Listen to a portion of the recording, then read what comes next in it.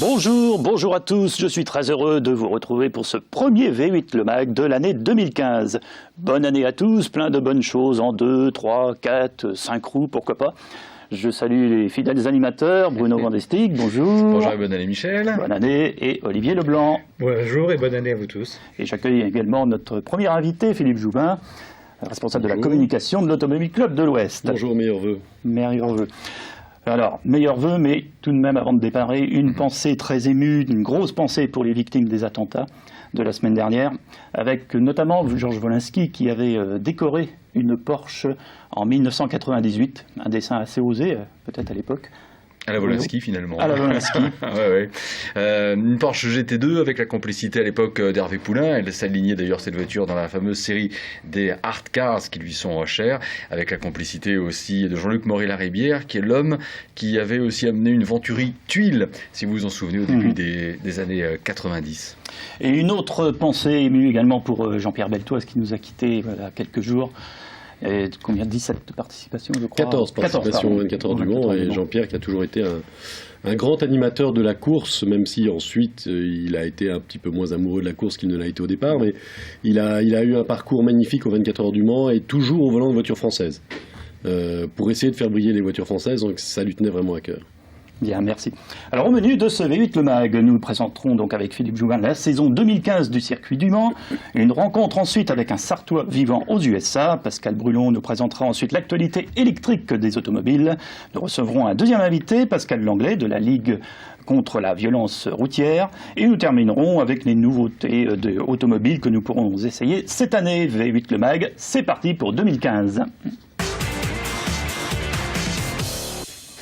Alors, la saison 2015, en fait, s'est clôturée la semaine dernière, samedi, avec d'abord la saison 2014, c'est clôturé. 2014, c'est clôturé la semaine dernière par la remise des trophées de la CO. J'ai noté que vous aviez 4119 licenciés, ce qui est énorme sur l'ensemble des associations, dont 2713 pilotes. Oui, absolument. Ce sont des chiffres qui sont d'une grande stabilité. Effectivement, l'ACO et les associations sportives automobiles, mais aussi associations sportives motocyclistes et karting sont particulièrement dynamiques. Et elles organisent à longueur d'année des compétitions partout. 108 épreuves organisées. 108 épreuves organisées. Non, c'est un club qui vit bien, qui est passionnant et qu'on se fait de passionnés. On regarde le sujet en question. Samedi 10 janvier, l'ACO remettait les trophées gagnés par les pilotes auto, moto et karting durant l'année 2014. Plusieurs prix spéciaux étaient également décernés à Benoît Tréluyer, à Romain Dumas, Vincent Capillaire, au team Dams et Hawk Racing, et en moto au junior team Suzuki représenté par Damien Saunier. Un bilan très très positif. La remise des prix des élèves, Sophie qui s'occupe de la communication du junior m'apprenait qu'on avait fait 27 podiums sur l'année, entre l'endurance et le championnat de France confondus. Après on récupère le titre de Superstock avec Greg Black, la troisième place de Baptiste Guittet en Superstock, la troisième place en 1000 Superbike avec Étienne Masson, et le titre en endurance avec les trois pilotes, Baptiste, Étienne et Greg. Donc c'est une bonne saison, une très bonne saison. Et puis petite cerise sur le gâteau, ce titre en endurance, et puis la troisième place au bol d'or avec la victoire en stock sport et la troisième place du classement général. Donc ça c'était vraiment le gros bon point dans l'année. 2015, alors il y a un petit changement dans les pilotes, parce qu'Étienne passe au CERT comme pilote titulaire, Baptiste Guittet reste avec nous, Greg Black reste avec nous, on aura Romain Maître qui est champion de France Promo Sport 1000 qui intègre l'équipe du junior, et Dylan Buisson qui sera pilote remplaçant dans la structure. Donc ça fait un bon équipage, sensiblement identique à celui qu'on avait en 2014, sensiblement identique au sein des pilotes, et puis aussi au sein du niveau, puisque les trois pilotes titulaires, Romain Maître qui adhère à l'équipe sera du même niveau sensiblement qu'Étienne, donc ça fera un bon équipage pour l'endurance. Alors, bonne année. Eh bien merci, bonne année également, puis on remet le couvert en 2015 avec plein de podiums, je l'espère. Alors une année 2015 justement qui va débuter avec la moto. Alors, je passe toutes les dates 14 et 15 mars Fun Cup et le 28 et 29 mars championnat de France de Superbike. Mais surtout la nouveauté c'est les 24 heures moto qui reviennent donc en avril. Oui, absolument. 18 et 19 avril, c'était une volonté importante de l'ACO de revenir à ces dates du printemps. Nous avions organisé les 24 heures moto pendant 4 ans en septembre. Force est de constater que ça n'a pas forcément très bien fonctionné auprès des spectateurs. Il y a eu d'abord une baisse du nombre de spectateurs qui a été enrayée puisqu'on a réussi à inverser la courbe et la courbe est repartie à la hausse. Néanmoins, nous estimons que nos spectateurs, et ils nous l'ont fait savoir, nous avons fait des études, ils nous ont fait savoir que c'était mieux d'organiser les 24 heures moto au printemps. Donc nous sommes revenus effectivement à cette date du printemps et on espère renouer avec les grandes et belles affluences des 24 heures moto lorsque ça avait lieu à cette époque-là. Parce qu'il y a un phénomène important pour les motards au printemps, c'est la première sortie des motards. Les beaux jours arrivent, on sort la moto, on retrouve les copains.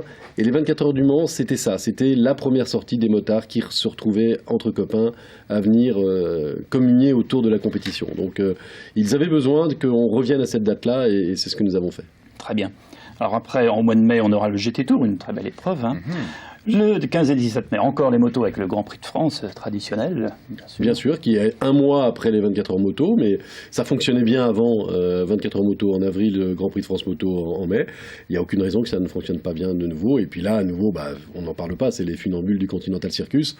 C'est toujours un spectacle extraordinaire, donc voilà, c'est une épreuve qui marche parfaitement bien et qui a un vrai public de passionnés. Donc début d'année, plein pot sur les motos quand même. Début d'année, plein pot sur les motos, absolument. On a énormément d'épreuves moto au fil de l'année sur le circuit des 24 heures du Mans. On nous parle beaucoup des voitures et c'est normal. Mais la moto, chez nous, est très importante parce que la moto, on peut en faire à partir dans les compétitions du plus petit niveau au plus haut niveau. Il n'y a pas un seul circuit qui offre un tel panel des 24 heures, enfin qui ne s'appellent pas les 24 heures cyclo, mais qui sont équivalents, jusqu'au Grand Prix de France moto. Et vous avez les étapes intermédiaires, le Superbike, la plus belle épreuve moto d'endurance. Bref, la moto, c'est véritablement dans l'ADN des 24 heures de l'ACO et du circuit des 24 heures. Ensuite, on passe en juin avec, bien sûr, les 24 heures du Mans automobile, cette fois les 13 et 14. Une nouveauté par rapport au règlement, comment ça va évoluer? On a jusqu'à quelle heure là? Parce que si on commence en Non, mais rapidement, parce qu'on aura l'occasion d'en parler. Au niveau du règlement, je pense qu'on aura les autres émissions pour pouvoir effectivement en parler. Moi, je serais tenté de dire ce qu'on attend surtout, c'est Nissan. Et là, tout est dit. Autrement dit, l'autre grand constructeur qui va arriver dans la catégorie Le Mans prototype 1. Match à 4 fabuleux. Vivement déjà le lever de voile sur cette voiture, n'est-ce pas Philippe? Oui. Je vous assure que nous aussi, on est impatients de voir cette voiture qui s'annonce très différente des autres. On ne le cachons pas. Nissan ne fait jamais les choses un peu comme les autres. Ce sera certainement une voiture excessivement performante aussi. Et je pense qu'on peut avoir une bagarre absolument magnifique avec Nissan qui normalement devrait aussi demander l'engagement de 3 voitures aux 24 heures du Mans. Voilà. Très bien, donc on aura plein d'émissions pour en reparler effectivement. Alors début juillet, 3 et 5 juillet, c'est la fête de l'ACO. Alors avec là, une épreuve de compétition. Oui, alors la fête de l'ACO, c'est un événement que nous avions organisé pour la première fois il y a 3 ans et qui avait tout de suite rencontré son public. C'est-à-dire que nous avions eu à peu près 25 000 personnes qui étaient venues. Qu'est-ce que c'est que la fête de l'ACO? C'est 3 jours de porte ouverte, pour schématiser. L'Automobile Club de l'Ouest, c'est à la fois un grand organisateur d'événements sportifs, ça tout le monde le sait, mais c'est aussi un club automobile avec des adhérents. C'est aussi un club automobile qui se préoccupe de ses adhérents en termes de juridique et d'action envers eux. C'est aussi un club formateur, de formation aussi bien à la conduite régulière, à l'éco-conduite, qu'au pilotage de compétition, auto, moto ou karting.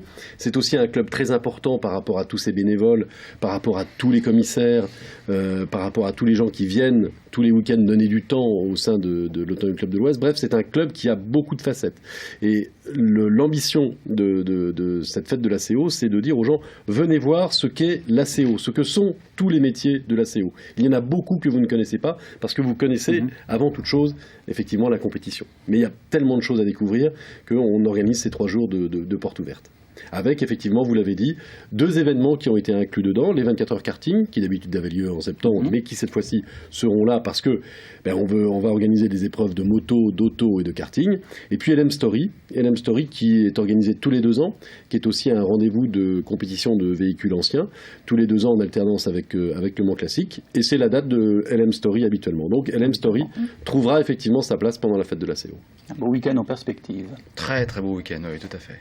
Et puis on peut terminer, la saison n'est pas finie, mais en septembre, avec 2 dates qui sont très intéressantes, puisque on ne les avait pas vues depuis longtemps. Le championnat du monde de karting, qui revient au Mans, après seulement 2 épreuves, en 78 et 83, je crois. Les 91 aussi. Oui, 91, ouais. 10 et 13 septembre, donc championnat du monde de kart, c'est toujours oui, c'est très important. On est vraiment très content que la FIA et la Commission internationale de karting nous a confié l'organisation de ce championnat du monde de karting, parce que la finalité de ce nouveau complexe de karting, c'était justement de pouvoir à nouveau organiser des épreuves de vitesse, de karting de vitesse. On avait le karting endurance, puisqu'il y a les 24 heures karting chaque année, mais on n'avait plus d'épreuves de vitesse, puisque le précédent circuit, le circuit Alain Prost, n'était plus homologué pour les courses de vitesse. Donc on a créé ce nouveau circuit, ce nouveau complexe, pour organiser les plus grandes courses de vitesse, celles où on va révéler les pilotes de demain. N'oublions pas que Schumacher, Senna, Trulli, Sébastien Bourdet, ils sont tous venus rouler au Mans sur la piste Alain Prost. Donc les grands pilotes de demain, ils vont venir à nouveau s'affronter sur cette magnifique piste de karting. Très bien. Et puis une autre date importante, les 25 et 27 septembre, ce sont les World Series par Renault. Oui, absolument. Nous sommes là aussi enchantés, effectivement, que Renault ait choisi de revenir sur le circuit Bugatti. C'est là aussi un très très beau plateau. Ce sera la fin de la saison. Il y a des courses magnifiques, que ce soit de monoplace ou de coupé. Enfin, vraiment un très grand plateau, et en général, les spectateurs apprécient beaucoup. Toujours beaucoup de monde. Toujours une très très grosse affluence pour un très grand spectacle. Donc, que vous l'avez dit tout à l'heure, le calendrier du circuit Bugatti et des 24 heures du Mans est assez chargé cette année. Oui. On finit quand même avec les 24 heures camions les 10 et 11 octobre. Oui, mais c'est un poids lourd.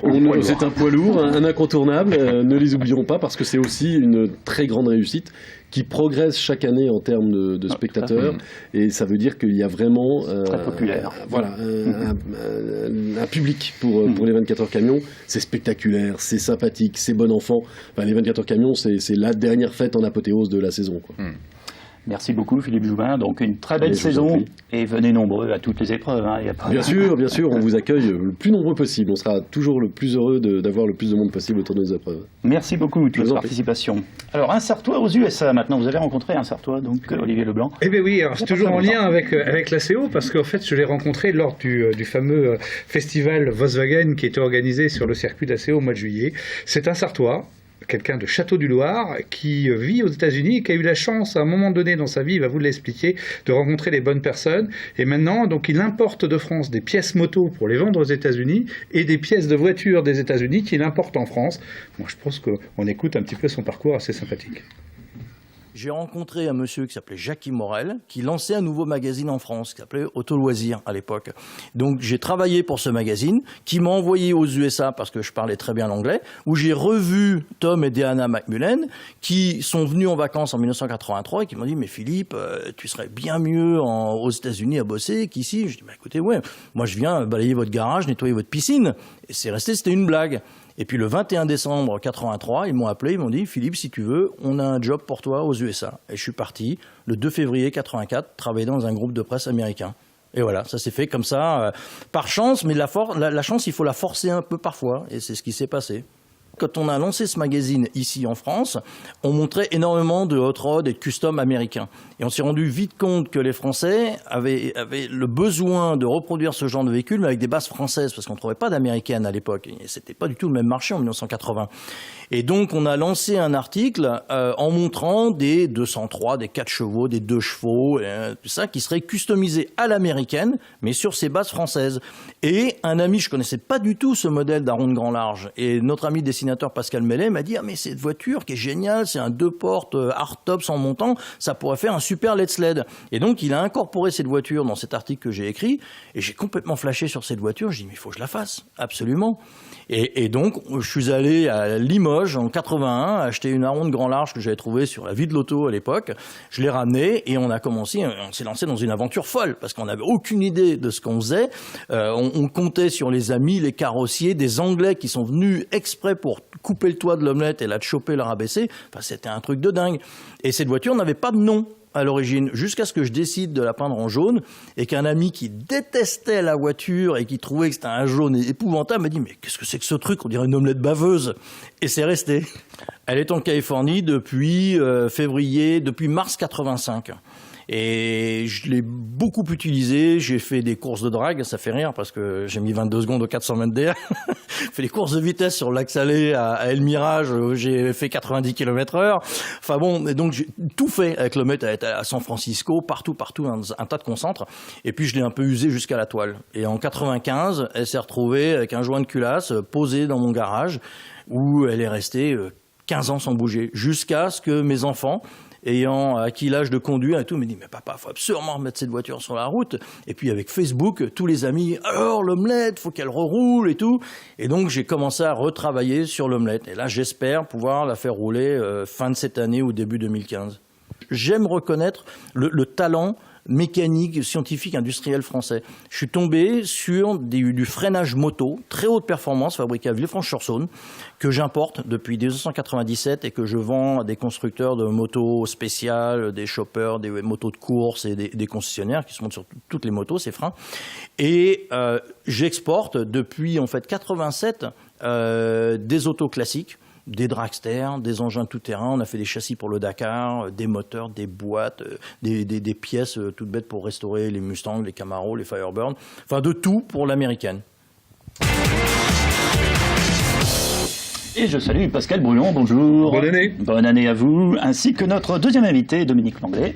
Bonjour. Bonjour. Vous êtes de la Ligue contre la violence routière. Oui. On en parle tout de suite après l'actualité électrique. Oui, qui est importante parce que on le voit, le véhicule électrique est plutôt dans l'air du temps. Aujourd'hui, même en compétition au CMI, oui. Aux 24 heures du Mans, bon, elle n'a pas fait très long feu, on peut le dire. En revanche, la Formule I comme E en fait, en français, hein, donc électrique. Électrique, elle fonctionne particulièrement bien. Ce sont des courses en centre-ville, des courses de monoplace, pas un bruit. C'est assez perturbant semble-t-il, mais ça démarre très bien, et notamment avec une écurie Dams, voilà. Hein, donc la Prost notamment. À Riodin, et puis le Dakar, même bon, là elle n'a pas démarré la voiture électrique, tant pis pour elle. Alors je vais vous faire découvrir maintenant un petit schéma que vous allez voir à l'antenne, je pense. C'est celui de l'évolution du marché. Incroyable, plus 7% l'année dernière, même plus 20% sur les véhicules particuliers. C'est le schéma que vous avez là. Vous voyez 2010, 2011, 2012, 2013, 2014, ça s'envole littéralement. Alors vous me direz, vu le nombre, c'est pas trop difficile, effectivement, puisqu'il a été vendu l'année dernière, immatriculé 10 500 véhicules électriques. Ça correspond grosso modo aux ventes d'une Audi A1 sur l'année. Mais c'est bien, puisque le mois de décembre 2014 a été le mois le plus important, avec 1600 véhicules vendus. Si ça continue comme ça va être énorme à la fin de l'année prochaine. On ne peut que le souhaiter. La Zoé, à elle toute seule, fait 56% des ventes, ce qui est plutôt pas mal. La Nissan Leaf fait 15% des ventes. Alors la Nissan Leaf est intéressante parce qu'elle a été lancée en 2010. Donc il y a des gens qui se posent la question sur la fiabilité. Ben, vous voyez, depuis 2010, ça marche. 150 000 voitures vendues dans le monde en Nissan Leaf. La Bolloré Blue Car arrive en 3e position avec 11%. Il faut savoir que la Blue Car qui est utilisée par l'Autolib, à Paris notamment, elle est vendue à des particuliers. Si vous souhaitez en acheter, vous le pouvez. Et elle sera fabriquée très bientôt par Renault. Enfin Alpine à Dieppe, même si Alpine n'existe plus. La Smart Fortwo ED comme Electric Drive arrive en 4e position avec 500 ventes, 4,8%. Elle commence à dater également puisqu'elle date de fin 2012. En revanche, elle n'a pas le nouveau look des nouvelles Smart Fortwo, elle l'aura l'année prochaine, je crois, ou quelque chose comme ça. Ensuite, on trouve la Tesla Model S, magnifique voiture, qui fait entre 250 km et 500 km d'autonomie, c'est sa particularité. L'autre particularité étant qu'elle n'est pas donnée, évidemment, mais c'est normal, 60 000 € pour la moins chère d'entre elles. Et puis, je vais aller très vite sur les suivantes, BMW i3, Peugeot Ion, Citroën C0, c'est dans l'ordre là, Volkswagen e-Golf, puis la Fiat, oui, je vais un peu trop vite par rapport aux images, effectivement, la Fiat, qu'est-ce que je dis, Volkswagen e-Golf, voilà. Puis la Kia Soul, EV, que j'ai essayé, vous en souvenez probablement, puis enfin la Mercedes classe B, là on est au-dessus de 10 exemplaires, après on est en dessous de 10 exemplaires, il s'agit de la Renault Fluence, évidemment, que Renault a décidé d'arrêter de commercialiser. Ouais, en fin de vie, c'est sûr. Et la Mia électrique, qui a fait faillite l'année dernière. Alors bon, on peut dire que ça marche quand même pour les voitures électriques.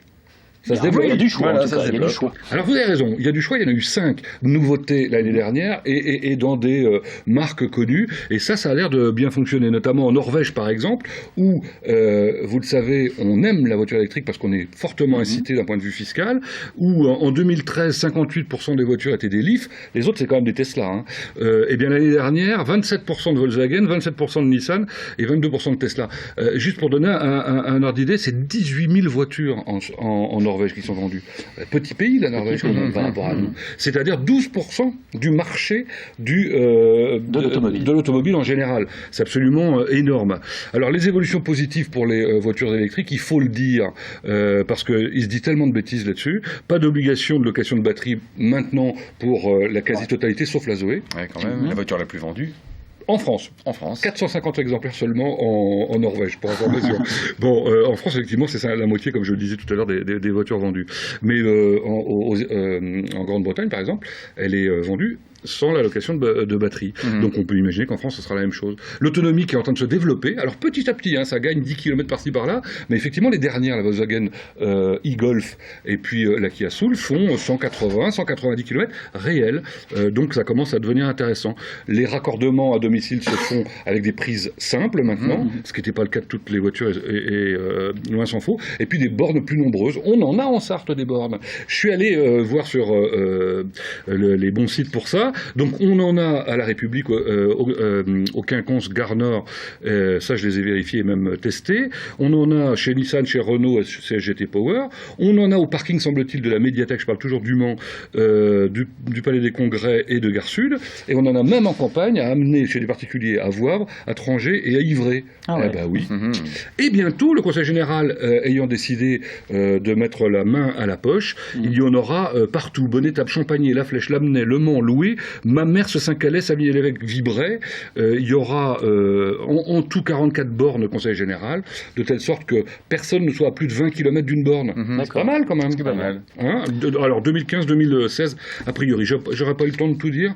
C'est déjà fini, non? C'est largement fini, oui. Ah, c'est largement fini, c'est dépassé. La batterie est épuisée. Bon, bah, j'en reviendrai Vous avez une une prochaine voiture fois. électrique? Oui, et j'ai fait 15 000 km en 9 mois avec ma Mais voiture je électrique. suppose plus détendu du fait du silence de fonctionnement. Silence, accélération plus détendu, hyper sympa. moins énervé. On conduit très cool. Donc dans une moins voiture électrique. sujet à d'accident.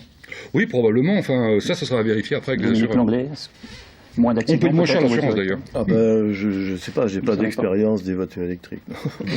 Certains pourraient vous dire au contraire, il y en a plus parce que par rapport aux piétons, aux cyclistes aussi, oui, on les oui. entend pas arriver. Et Ouais. à partir de là, ça peut générer une autre source de danger. Certains ont parlé de mettre des bruiteurs pour Ah, que bien, les ouais. piétons les entendent. Alors les accidents, malheureusement, c'est une année pas très favorable Les que nous accidents, venons de vivre. c'est pas bon du tout, non, c'est sûr.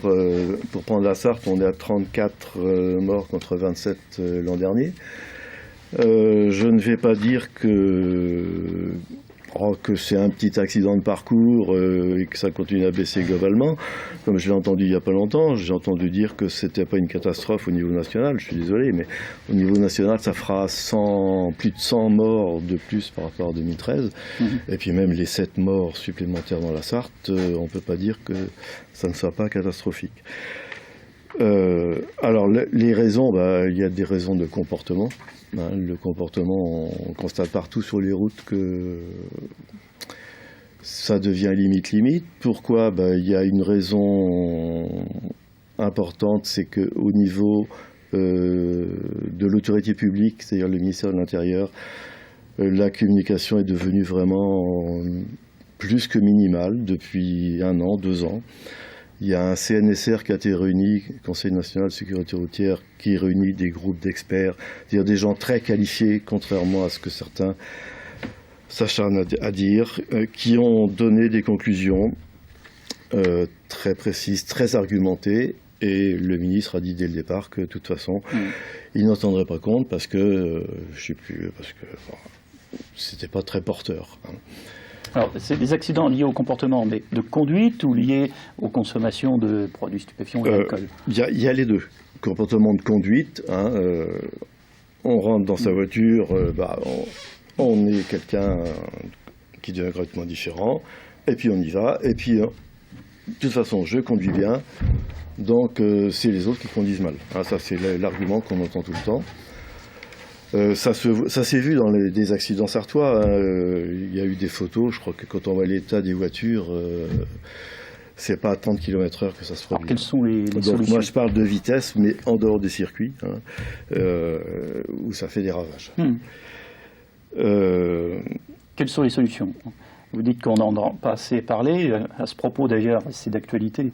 Il y a eu 3 dessins, vous allez sortir un livre, je crois, prochainement, avec 3 dessins des regrettés. Oui, la Ligue contre la violence routière a en préparation un livre qui est fait pour marquer ses 30 ans d'existence. C'était en 2013. Bon, il y a du retard parce que c'est pas facile pour des bénévoles de rédiger un livre, même avec l'aide d'un éditeur.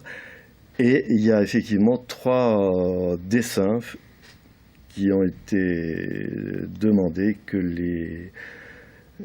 Charb de Charlie Hebdo ainsi que Cabu ont réalisé sans aucun problème. Très récemment. Ça leur a été demandé en janvier 2014. Ils ont fait sans problème. D'ailleurs, c'était pas la première fois qu'ils collaborent avec la Ligue, car là aussi, ils ont tapé sur pas mal de clous. Donc la Ligue et ces 3 dessins, ils seront dans le livre à paraître. Et d'un certain côté, on est très content qu'ils aient pu y participer, c'est sûr. Les automobilistes ont le sentiment d'être aujourd'hui, avoir beaucoup de répression et pas beaucoup de prévention. Qu'est-ce que vous en pensez? Est-ce que vous ne pensez pas qu'il faudrait peut-être aujourd'hui plus de prévention que cette répression au quotidien? Moi, le mot répression, il me gêne quand même un petit peu. Je parlerai de sanctions plutôt. La pédagogie, c'est quoi? Quand on entre dans une agglomération, le panneau pédagogique, c'est le panneau d'entrée, qui a un sens en termes de réglementation, c'est 50 km/h. Normalement, il n'y a pas besoin de rajouter autre chose. Donc, si on a fait le choix de ne pas respecter, parce que c'est pas la peine, le panneau est bien avant l'entrée de l'agglomération, donc on y va. S'il y a un radar après, on le prend, c'est une sanction. Ce qu'on entend, c'est que les gens ils se font verbaliser pour 1-2 km/h. Non, aujourd'hui, c'est pas vrai. Non, c'est pas vrai. C'est ce qu'on entend toujours, c'est ce que les automobilistes remontent. C'est faux, parce qu'il y a 5 km/h de marge. Autrement dit, quand le PV arrive, si on sait lire, on voit vitesse relevée. Alors dans le cas de votre kilomètre-heure, ça sera 56, si c'est une limite à 50. Alors bien sûr, il apparaît vitesse retenue 51, mais la vitesse réelle, c'est 56. Et j'ajoute que les petits excès de vitesse, 6, 7, 9 km/h, sont générateurs d'accidents mortels. Il y a des études qui ont été faites. La dernière, elle date de 2013, elle a été faite par l'ISTAR, qui est l'institut qui a remplacé l'INRET. Et il est démontré, et c'est pas démontré comme ça en l'air avec des chiffres à l'appui, que les petits excès de vitesse sont générateurs d'accidents mortels. J'ai quelques exemples en tête. Un camion qui était à 59 au lieu de 50, qui a écrasé un cyclomotoriste qui tournait sur la gauche, et s'il avait roulé à 50, il n'y aurait pas eu d'accident. Ça a été une procédure très longue, parce que la Ligue s'en est occupée à la demande des parents. Et le procès a été rouvert, et le conducteur du camion a été condamné. Les petits excès de vitesse sont aussi catastrophiques. Je crois que c'est vrai qu'on pourrait partir dans des échanges extrêmement chronophages. Donc c'est là la complexité, et c'est justement là, à mon avis, l'un des sujets les plus délicats qu'on a en matière de sécurité routière. C'est vrai qu'on parle beaucoup de vitesse, mais la faute qu'on fait à 50, la faute qu'on fait à 90, on peut encore la refaire à 80, comme on pourra encore la refaire à 30. Ceci étant, par rapport aux médias, c'est vrai que pour beaucoup de décideurs, on va parler de vitesse parce que finalement ça donne bonne conscience, c'est vite dit, et comme ça au moins on a fait passer un message. Mais je suis pas sûr qu'on a forcément fait passer un message. Là aujourd'hui, la sécurité routière, je trouve la question elle est extrêmement complexe. C'est, et vous l'avez dit par rapport au terme le comportement. Et c'est ce que la préfète de la Sarthe disait l'autre jour sur France Bleu Maine, c'est effectivement il y a une question de comportement. Il y a une quantité de petites dérives pour lesquelles, à mon avis, même des groupements comme le vôtre qui se focalisent beaucoup sur la vitesse, sans doute à raison, mais c'est vrai qu'il y a des fois, on se demande si vous connaissez d'autres mots, ne parlent pas assez. Alors je vais prendre quelques petits exemples. Les fameux céder le passage et les stops. Aujourd'hui, beaucoup de gens passent les stops comme des céder le passage. Le clignotant, qui n'est pas une option. Les rétroviseurs, qui ne sont pas des options.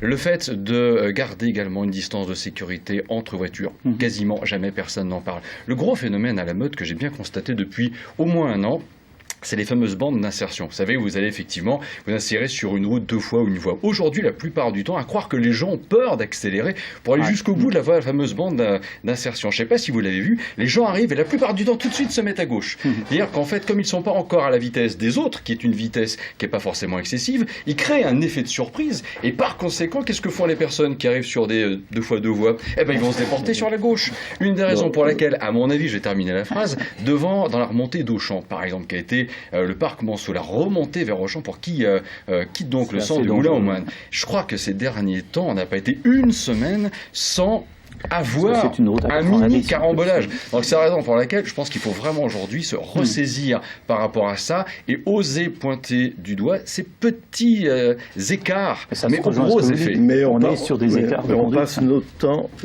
d'ailleurs nos publications et notre site internet l'indiquent, c'est dommage que vous ne l'ayez pas consulté avant. Oh, croyez-le bien que si, et peut-être même plus souvent que vous. Par ailleurs, on connaît bien d'autres mots que la vitesse, simplement il y a des gens qui sont de grands spécialistes de la question. Ils sont critiqués, bien sûr, parce que on tape en touche parce qu'on ne sait pas comment les contrecarrer. Hein. Je rappelle quand même une chose, c'est que les fameux crash tests dont les constructeurs se gargarisent, voilà une voiture à la 5 étoiles, la vitesse maximale à laquelle le test d'écrasement sur un obstacle fixe est fait, c'est 64 km/h.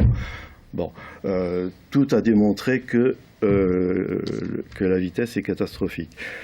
Il y a aussi une formule très simple, mais qui est très critiquée aussi, parce que quand on n'a pas d'argument, on dit c'est vieux. C'est pas vrai, ça a été démontré et redémontré. C'est l'histoire du 1% de vitesse en moins qui donne 4% de tués en moins. Ça a été démontré dans différents pays. Ça a commencé par la Suède. Ça a été redémontré ailleurs, ça a été redémontré encore par les experts qui ont travaillé au CNSR. Mais c'est vrai que quand on parle de vitesse, on dit « Ah là là, mais ma liberté individuelle, qu'est-ce qu'elle devient ?» Je pense pas par rapport à ça. Merci, messieurs. Non. Attendez, je crois qu'on est tous d'accord. Ce sont les petits écarts de conduite, aussi bien en vitesse qu'en conduite. Première chose, déjà, respectons-les, ces limitations, c'est sûr. Merci, messieurs. Non, je n'ai pas fini. La Ligue n'a pas que la vitesse en tête, elle a aussi l'alcool, avec l'installation des EAD. La justice a tous les moyens de les installer, de prendre la sanction d'une installation pour ceux qui sont jugés, mais encore faudrait-il que l'État mette des centres d'installation agréés. La Ligue a aussi en tête la fameuse boîte noire qui vient d'être rendue obligatoire aux États-Unis. Donc pour une fois, on pourrait s'en inspirer. La boîte noire, pour nous, c'est un avocat embarqué. Et on demande aussi la création par le ministère d'une cellule riposte pour contrer la désinformation systématique qui est faite notamment sur des histoires de vitesse. Sur votre site. Merci messieurs, V8 le Max se termine. Merci à nos invités, donc Philippe Joubin de la CO, Dominique Langlais de la Ligue contre la violence routière, et merci à nos animateurs, Bruno Vandestick, Olivier Leblanc et Pascal Brulon. Merci à toute l'équipe technique qui réalise V8 le Mag et à nos chers téléspectateurs fidèles à l'émission. Soyez donc prudents sur les routes cet hiver. On se retrouve le mois mois prochain dans un nouveau V8 Le Mag. Bonne route, à bientôt.